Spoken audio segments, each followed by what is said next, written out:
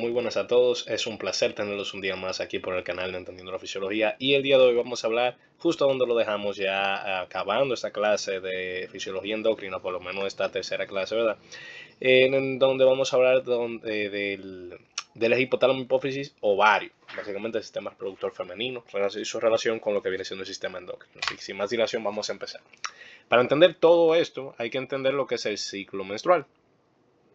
También conocido como el ciclo sexual mensual de la mujer, que se abreviaba en esto de ciclo menstrual. Básicamente este ciclo lo que refiere o lo que representa es que ese sistema reproductivo de la mujer muestra cambios cíclicos regulares. Todos los meses vamos a ver que ocurre en orden ocurre un cierto desencadenamiento de eventos, los cuales preparan a la mujer para la gestación. Entonces esto ocurre mensualmente.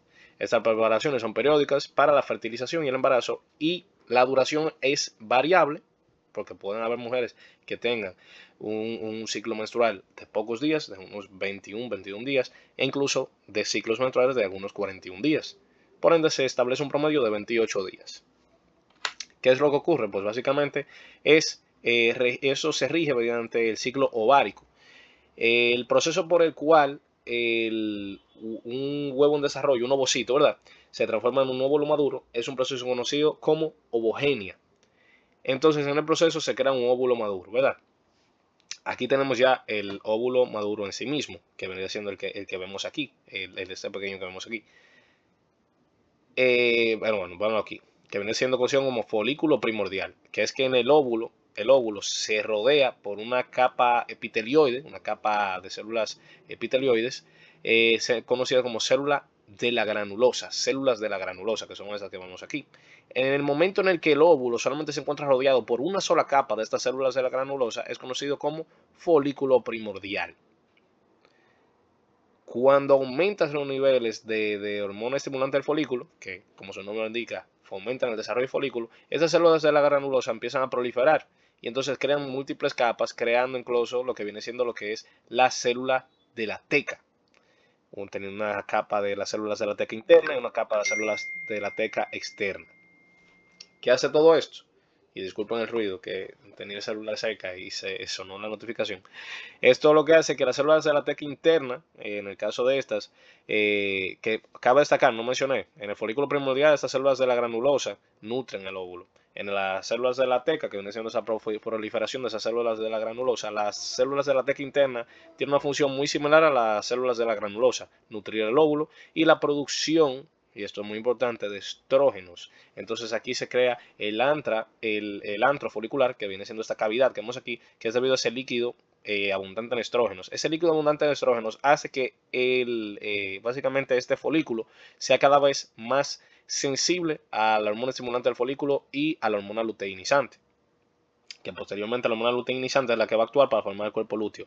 Pero se cree que las células de la granulosa a su vez también producen algún factor inhibidor de la hormona luteinizante, con el fin de que no se luteinice el folículo antes de liberar el óvulo propiamente dicho en la ovulación, ¿verdad? Que es el paso que vemos que va. ¿Qué ocurre entonces en este proceso? Pues bueno, ya aquí las células de la teca interna pues van produciendo esos estrógenos hacen el folículo más sensible a la hormona estimulante del folículo y a la luteinizante, haciendo que básicamente el folículo se desarrolle correctamente, cada vez más y más. Esto ocurre no solamente con un folículo a la vez, por cada ciclo de ovulación se preparan de 5 a 11 folículos, pero solamente uno es el que acaba pues liberando su óvulo, ¿verdad? Y permitiendo la ovulación. Los demás se involucionan por un proceso conocido como atresia y no se llegan a desarrollar, ¿verdad?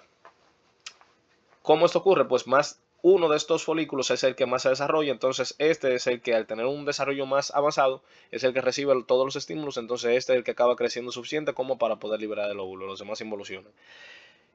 Las células de la teca externa, entonces, estas que se encuentran afuera, en esta es zoom, esta imagen que tiene un zoom, estas células de la teca externa, básicamente no será una función como la de la teca interna. Esta de la teca externa, disculpen, básicamente lo que van a hacer es permitir la protección, ¿verdad?, de lo que viene siendo el folículo. Ahora, Ya cuando se tiene un folículo maduro, este folículo es el que va a poder realizar el proceso de ovulación, que es liberar el óvulo.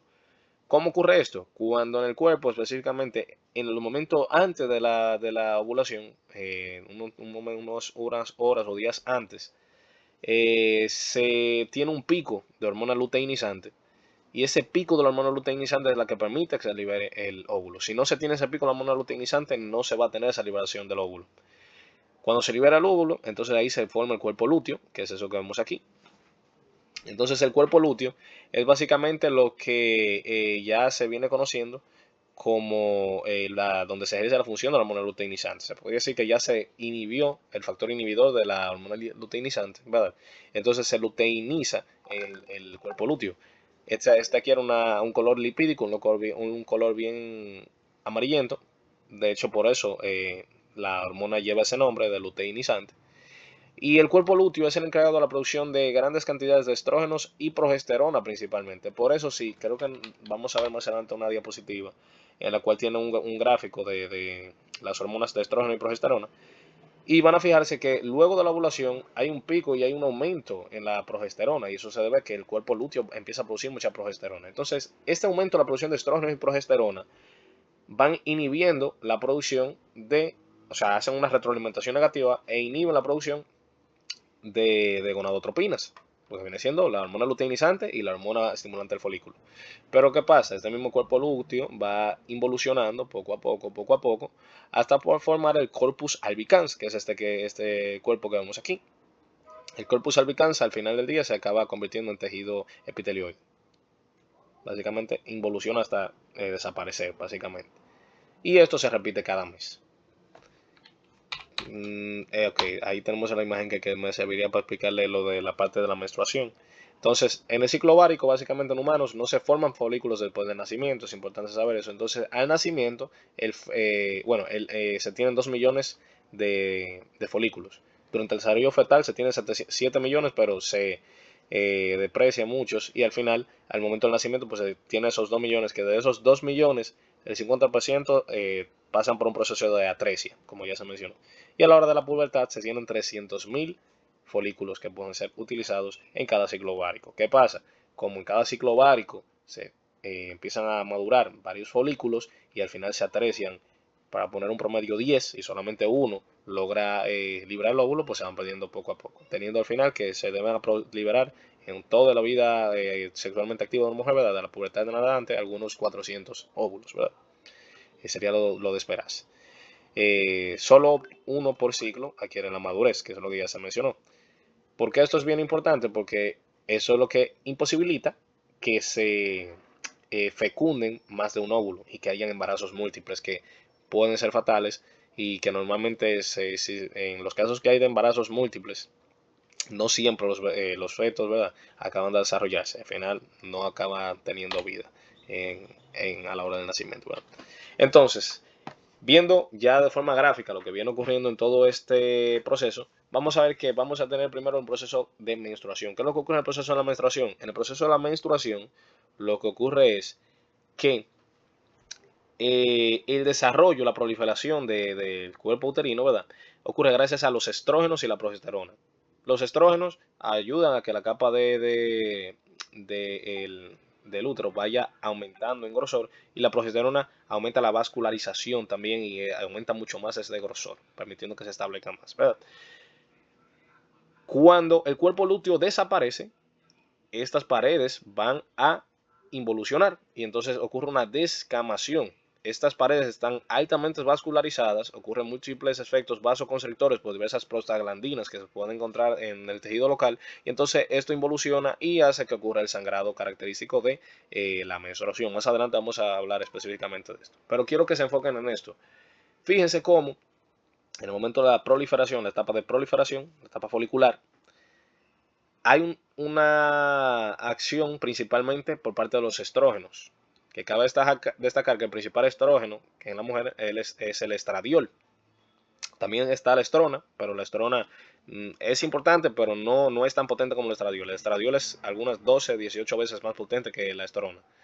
Y también tenemos lo que viene siendo el estriol, no confundirlo con estradiol, que el estriol pues básicamente es por un desecho oxidativo, ¿verdad? Del estradiol y la estrona.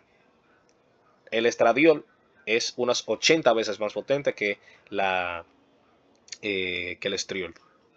Importante saber si no confundirse en los términos, ¿verdad? Que sé que puede ser un poco confuso lo de estradiol y estriol, pero estradiol es el que es más potente. Que si les sirve para saberse los más fácil, pues el nombre completo es beta estradiol.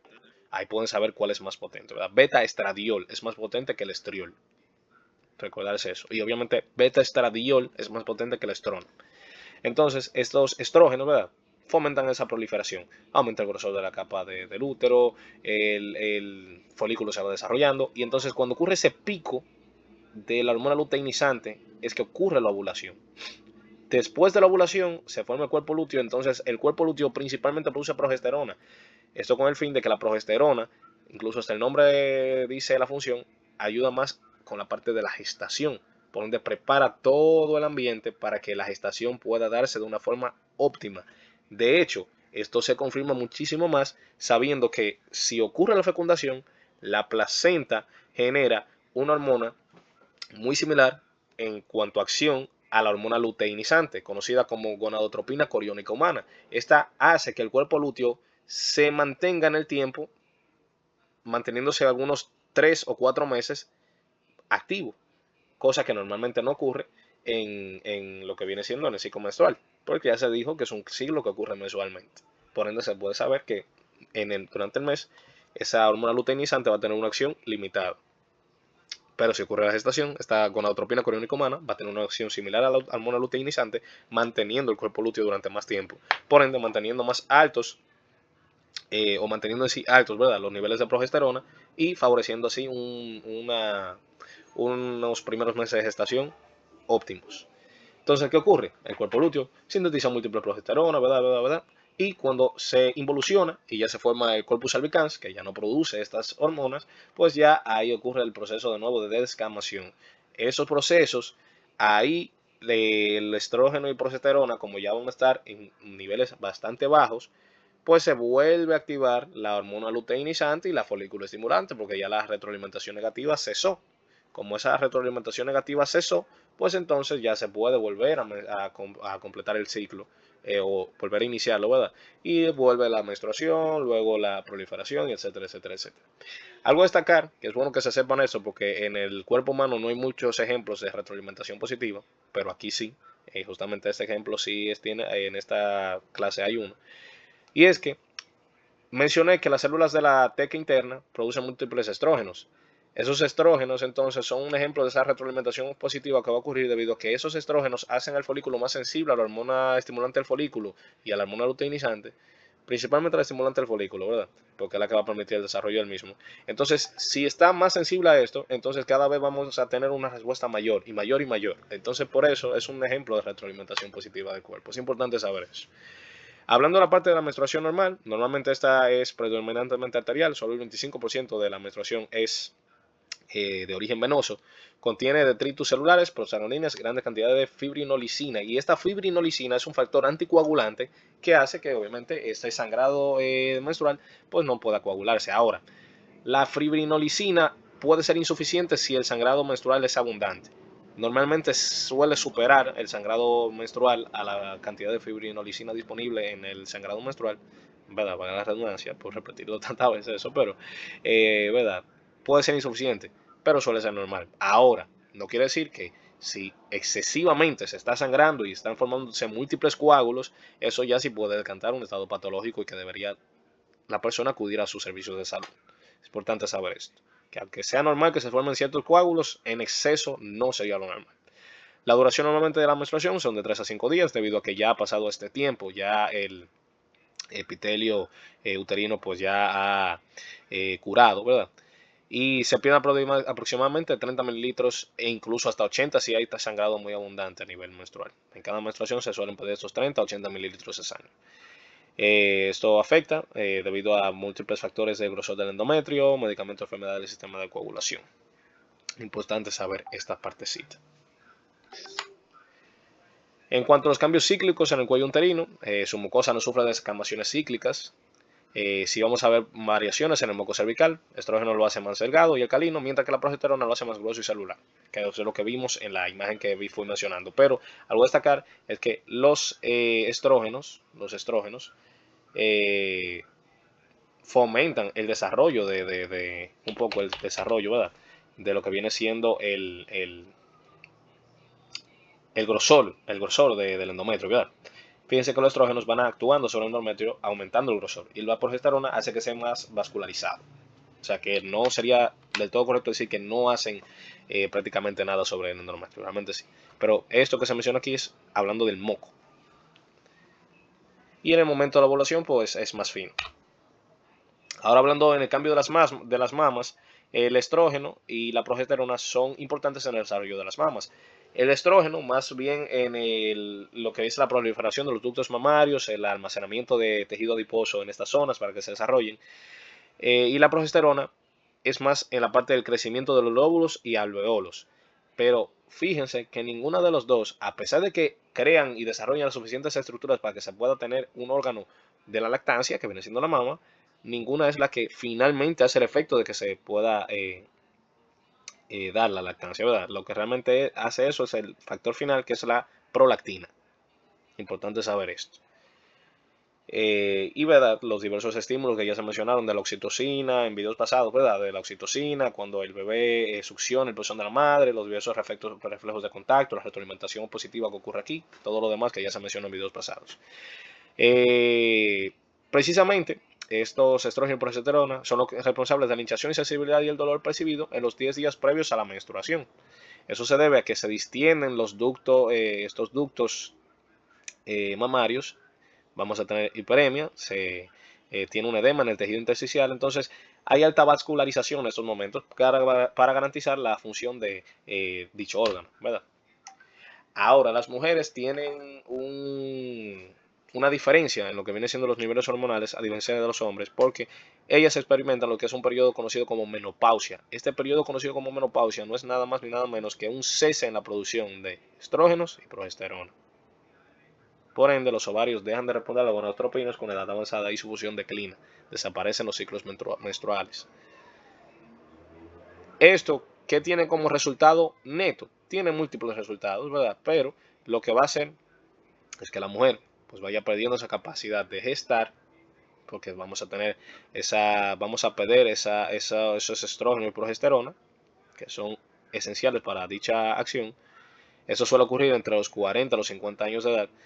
Y entonces la mujer pierde esa capacidad de ovulación. Al perder esa capacidad de ovulación, pues no se puede dar esos ciclos normales que se habían mencionado. ¿Qué otro resultado tiene esto? Normalmente en estos momentos la mujer presenta unos altos niveles de hormona estimulante del folículo y hormona luteinizante. ¿Y a qué se debe esto? A pesar de que ya se mencionó que va a perder la capacidad de ovular y todo lo demás, se debe a que los factores inhibitorios o que hacen básicamente esa retroalimentación negativa para la hormona estimulante del folículo y la luteinizante, básicamente de las gonadotropinas, son los estrógenos y la progesterona. Entonces, como ya no se puede hacer, ya no se puede retroalimentar negativamente. Entonces se mantienen produciendo constantemente, pero lamentablemente ya los órganos de Ana no van a responder de la manera que respondían a, dichas hormonas, ¿verdad? Esas hormonas gonadotróficas. Por esa pérdida o de producción de los estrógenos y progesterona. Eso trae diversos problemas, como puede ser una sensación de calor y sudores nocturnos, incrementa el riesgo de osteoporosis, porque algo a destacar es que los estrógenos principalmente fomentan a que se inhiba la osteoporosis. Esto me van a disculpar que no tengo el nombre realmente, porque el nombre es algo complejo, pero básicamente lo que van haciendo es que inhiben la resorción ósea.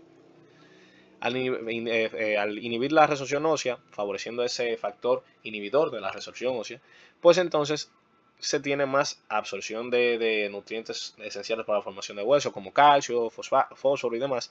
Y pues la mujer experimenta una osteogénesis importante. No obstante, la mujer también, por acción de los estrógenos, pues se fomenta que las diáfisis y epífisis se funcionen en un momento temprano, se funcionan más rápido que en los hombres por la acción de la testosterona. o sea, testosterona en los hombres, ¿verdad? Entonces, en esencia, eso hace que las mujeres pues tengan unos centímetros menos en el desarrollo de su altura, a diferencia de los hombres. Por eso normalmente es común ver que las mujeres suelen ser un poco más bajas que los hombres en promedio. Porque si bien es cierto que hay mujeres que se salen de este renglón, esto por diversos otros factores genéticos y epigenéticos, ¿verdad?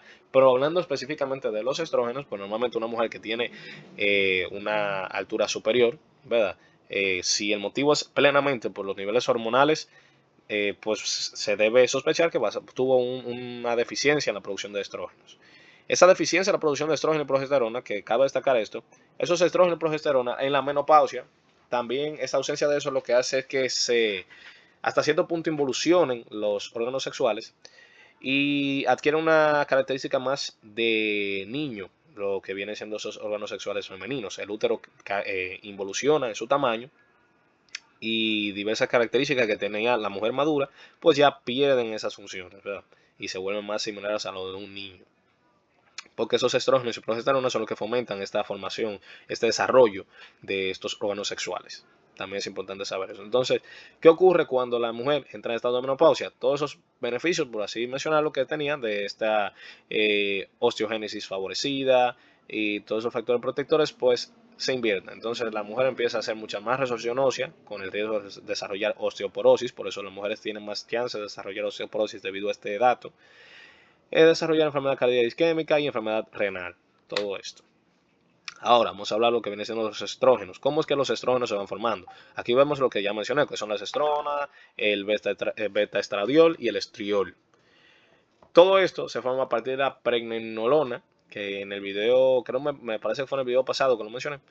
Pero básicamente la pregnenolona puede tomar diversas rutas. En el caso de la ruta de formación de hormonas sexuales, pues esta va hacia la 17 alfa hidroxipregnenolona o 17 alfa hidroxiprogesterona y forma andrógenos, que viene siendo androstenediona y testosterona.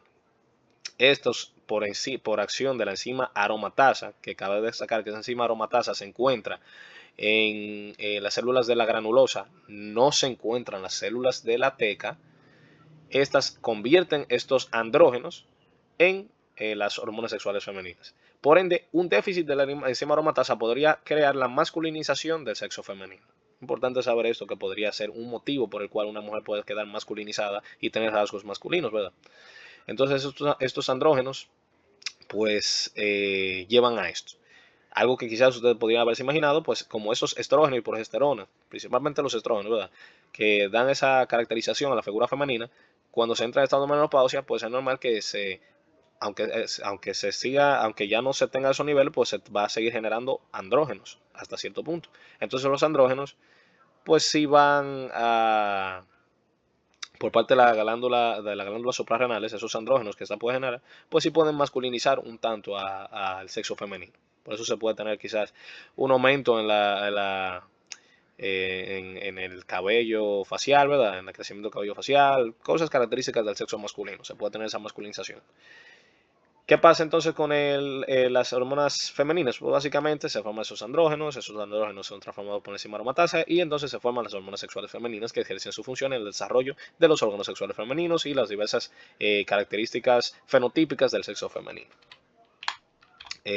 Bueno, aquí se menciona lo que ya fui diciendo de los receptores de hormona luteinizante y los receptores de la hormona estimulante del folículo. Y fíjense cómo las células de la teca, entre el colesterol, ¿verdad? La pregnenolona, en este caso, se forman los andrógenos, androstenediona, esta androstenediona, pues básicamente pasa a formar lo que viene siendo en la célula granulosa, lo que es la estrona, y luego pasa a formar estradiol. Aunque aquí dice que las células de la teca pueden formar esas estronas, realmente esto ocurre en otros tejidos. Las células de la teca como tal, no poseen esta capacidad de la formación de esas esas hormonas sexuales femeninas, porque realmente se necesita la enzima aromatasa y esa se encuentra en las células de la granulosa. Recordad eso. Hablando de los estrógenos aproximadamente el 2% del estradiol circula libre, el 60% está unido a albúmina y el 38% está unido a una globulina de unión a esteroides gonadales. En el hígado son conjugados con glucurónido y sulfato y son excretados en la orina y la bilis. La circulación enterohepática básicamente. La secreción del estradiol, vemos que esos estrógenos van a tener dos picos importantes, uno en lo que viene siendo justo antes de la ovulación y otro en la fase lútea. Y tiene lógica. En la fase justo antes de la ovulación, tiene lógica que lo tenga porque es lo que permite el desarrollo del endometrio. Y en la fase lútea, dado que el cuerpo lúteo, aunque principalmente produce progesterona, pues produce su debida cantidad de estrógenos para así inhibir pues, esa retroalimentación negativa, la producción de esas hormonas gonadotropinas, ¿verdad? Esas gonadotropinas. Durante la menopausia, ¿qué ocurre? Pues en la menopausia la secreción es baja y da los diversos problemas que ya se mencionó por esa ausencia, la presencia de estrógenos. Los efectos de los mismos ya se dijeron, pero repitiéndolos, a nivel de genitales van a facilitar el crecimiento de los folículos y la motilidad de las trompas, van a tener un papel en los cambios cíclicos en el endometrio, cervix y vagina. Van a incrementar el flujo sanguíneo uterino, afectan a su músculo liso, aumentan la cantidad y sus proteínas contráctiles, lo hacen más activo y excitable, más sensible a la oxitocina, que, ojo, si se recuerdan en los videos pasados, se mencionó que la oxitocina tiene un papel clave a la hora de la gestación y la hora del parto, y también luego del parto para la lactancia. La oxitocina tiene un papel importante en este caso, hablando del momento de gestación, tiene un papel importante porque permite la contractibilidad uterina para la movilización del espermatozoide, que cabe destacar que en el endometrio vamos a ver múltiples factores que facilitan la movilidad del espermatozoide, entre ellos las contracciones, que ya se mencionaron, que aumentan en gran medida la velocidad a la que el espermatozoide puede llegar hacia la ampolla de la trompa falopio, que normalmente suele ser aquí que ocurre la fecundación, y se va a tener una secreción constante de un moco no muy espeso que permite el nutrir el óvulo fecundado, ¿verdad? Si se llega a la fecundación. Porque se sabe que este óvulo pues, va a pasar por múltiples estados de aumento en la tasa metabólica, por ende necesitará una buena fuente nutritiva para desarrollar todos estos procesos, ¿verdad? También hay múltiples factores que fomentan que el óvulo pueda ir avanzando y demás, como pueden ser los diversos cilios que se encuentran en la trompa de falopio que barren el óvulo en dirección al útero y múltiples factores más. En los órganos endocrinos, los estrógenos van a disminuir la secreción de folículo estimulante y luteinizante. Ya se dijo que van a tener este efecto de retroalimentación negativa, aunque la luteinizante suele ser variado. Aumenta la secreción de angiotensinogen y globulina de unión a hormonas tiroideas. Y esto es clave y curioso, porque fíjense que los estrógenos tienen una función de mineralocorticoide hasta cierto punto, de esta retención de sodio y agua. Y esto es importante principalmente durante el embarazo. Por eso se suele ver que en el embarazo ocurre un edema. Dado a esto es uno de los factores contribuyentes a que en el embarazo se ocurra ese edema fisiológico que ocurre normalmente con las embarazadas.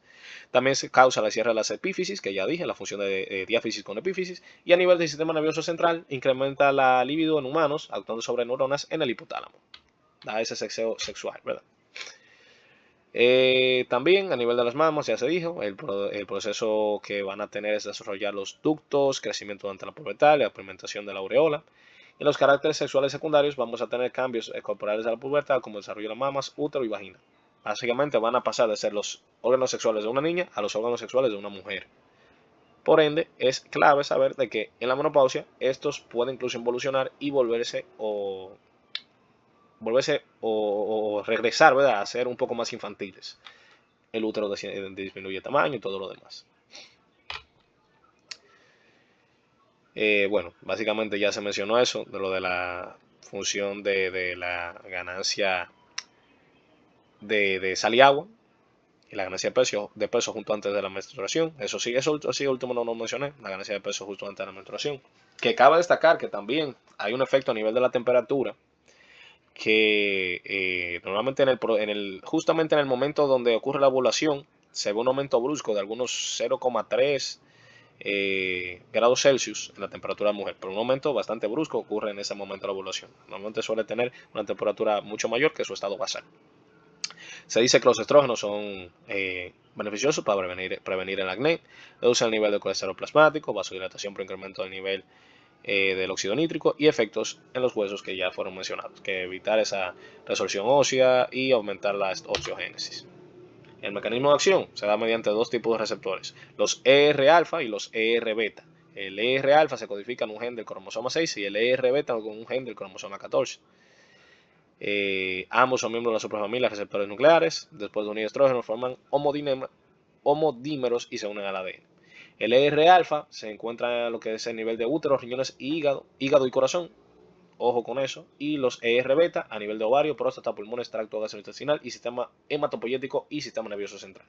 Y los efectos que esto van a hacer son básicamente aumentar lo que son los efectos de la descarga neuronal y efectos en la retroalimentación en la secreción de gonadotropinas, lo que ya se mencionó anteriormente.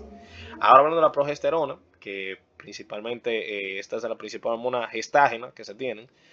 Esta es secretada por el cuerpo lúteo principalmente en la fase de lútea del ciclo ovárico, la placenta y en pequeñas cantidades en los folículos, aunque ya se dijo que vamos a tener una hormona muy importante que es la gonadotropina coriónico-humana que favorece los niveles de progesterona en sangre, ¿verdad? Es un importante intermediario en la síntesis de esteroides, el 2%, al igual que de los estrógenos círculo libre, el 80% unidad albúmina, el 18% unidad globulina de unión a esteroides. Se metaboliza en el hígado a pregnanediol y este conjugado con glucurónido y excretado en la orina. Aquí vamos a ver cómo la secreción de progesterona se ve aumentada en la fase lútea, ¿verdad? En la fase final de la fase folicular. En la fase lútea del cuerpo lúteo puede secretar grandes cantidades de la misma y eso se influencia gracias a la hormona luteinizante. Ahora, esta gráfica es muy característica, pues nos permite saber lo que ocurre en el estado, en el ciclo sexual mensual de la mujer, el ciclo menstrual, ¿verdad? Teniendo una primera etapa que en los primeros 6 días tenemos aquí niveles bajos de progesterona y los estrógenos van aumentando paulatinamente hasta que ya tenemos que en el día 6, que ahí es que más o menos ya debe estar curado, ya, ¿verdad? Reepitelizado, disculpen la palabra, se renovó el tejido epitelial básicamente, porque me enredé. Se renovó el tejido epitelial del endometrio y ya estamos bien de nuevo, ya ahí debería cesar el sangrado. Entonces los niveles de estrógeno ahí van en aumento. Esos niveles de estrógeno que van en aumento hacen que se prolifere y aumente el grosor de ese endometrio y demás. Y en la fase, más o menos en el día 14, es que ocurre el pico de esa hormona luteinizante, que cabe destacar que en todo este proceso ya estamos actuando con la hormona estimulante del folículo y la hormona luteinizante, que hay un factor inhibidor de la hormona luteinizante y por ende esta no es ese factor luteinizante sobre el folículo todavía. Y entonces aquí actúa mucho la estimulante del folículo hasta que se desarrolla y gracias a la hormona luteinizante, alcanzar ese pico es que se libera el óvulo y ocurre la ovulación, aproximadamente en el día 14.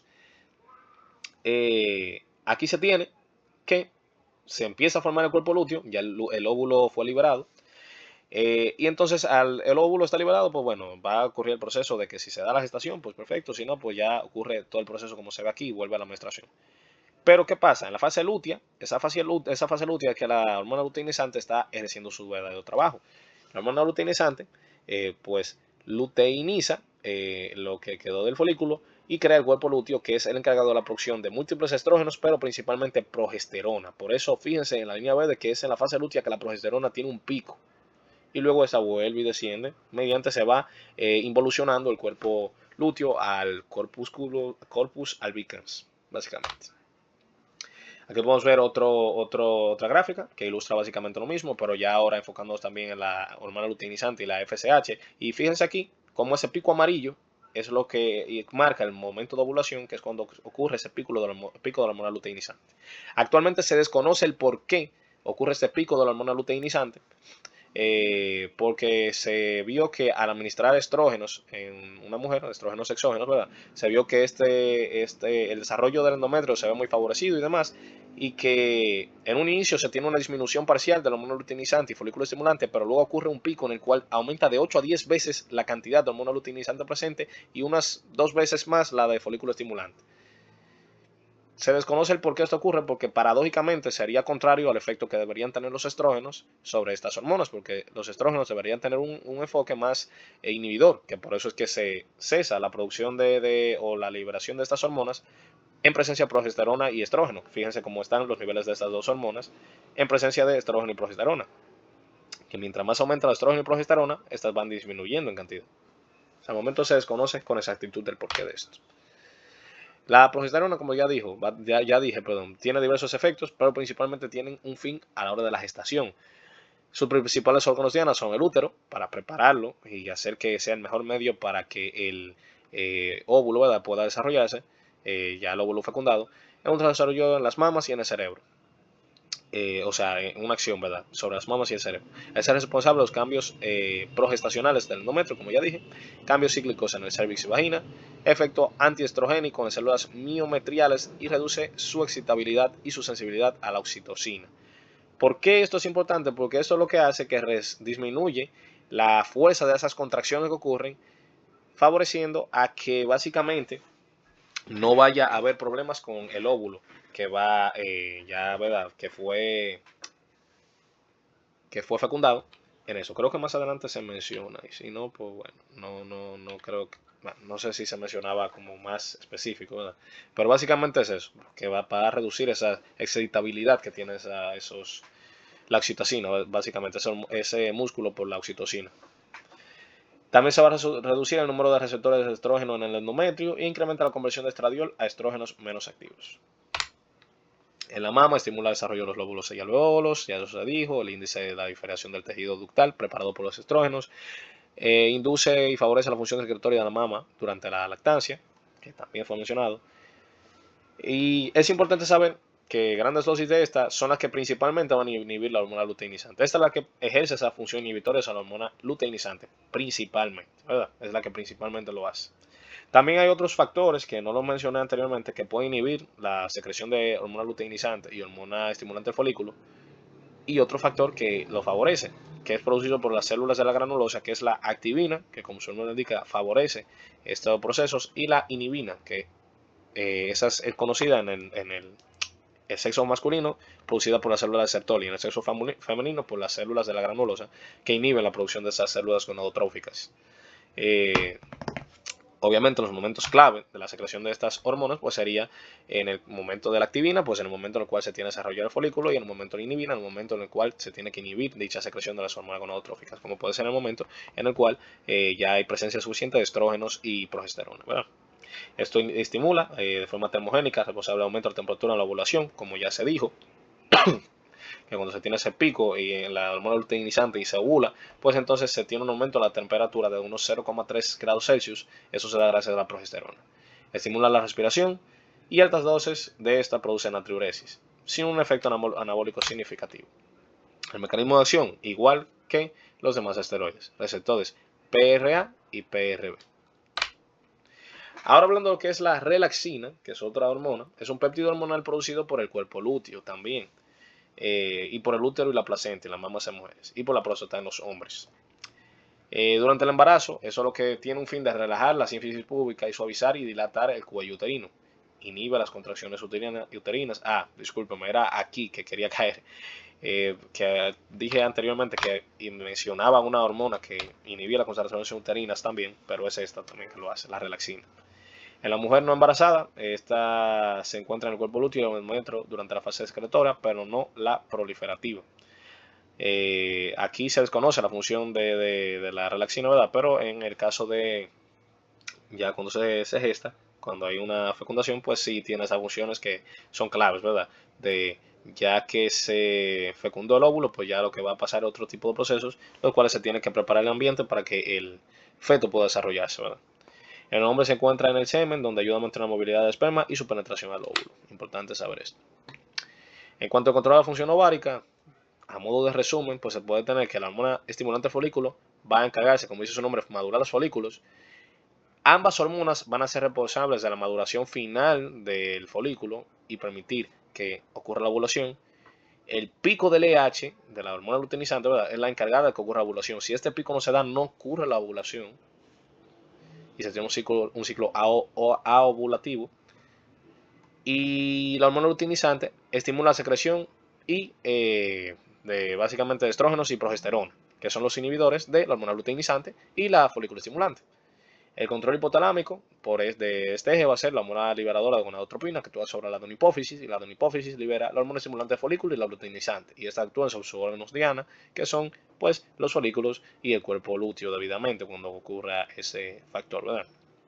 La gonadotropina se libera por pulsos aproximadamente cada 90 minutos. Esto ocurre igual tanto en hombres como en mujeres. Y una infusión continua de esto, de forma exógena, se comprobó que inhibe o baja la sensibilidad de los receptores. Por ende, tiene una lógica que se libere pulsativamente. Aquí podemos ver cómo ocurre esta retroalimentación negativa por parte de las células de arteca y granulosa al liberar estrógenos, y también la célula granulosa por su parte la inhibina, que también conocer que existe la activina, que es importante conocer esa. Y finalmente, ya está la última diapositiva, vamos a encontrar diversas anormalidades en el ciclo menstrual. Ciclos anovulatorios, que es lo que dije, en los cuales no se ovula debido a un déficit en las hormonas luteinizantes. Amenorrea, que es donde no ocurre la menstruación. Vamos a tener dos tipos de amenorrea, una amenorrea primaria y una amenorrea secundaria. La amenorrea secundaria es la que se da en el caso del embarazo, por eso es que ven normalmente cuando la mujer queda embarazada dice que no le llegó el periodo. Vamos a tener hipomenorrea, que es cuando se tiene un sangrado muy por debajo de lo normal, o menorragia, que es cuando básicamente la mujer se desangra por ahí, ¿verdad? Ese 40, de esos 30 a 80 mililitros, pues la mujer bota bastante más de esta cantidad, ¿verdad? También se tiene lo que es metrorragia, oligomenorrea y dismenorrea. Pues bueno. Finalmente ya llegamos al fin de esta clase de fisiología endocrina. Me disculpo porque el video quedó un poco largo, ¿verdad? Pero era necesario abundar todo lo mencionado en este video. Pues nada, sin más dilación, espero que la hayan pasado bien y nos vemos en la próxima entrega.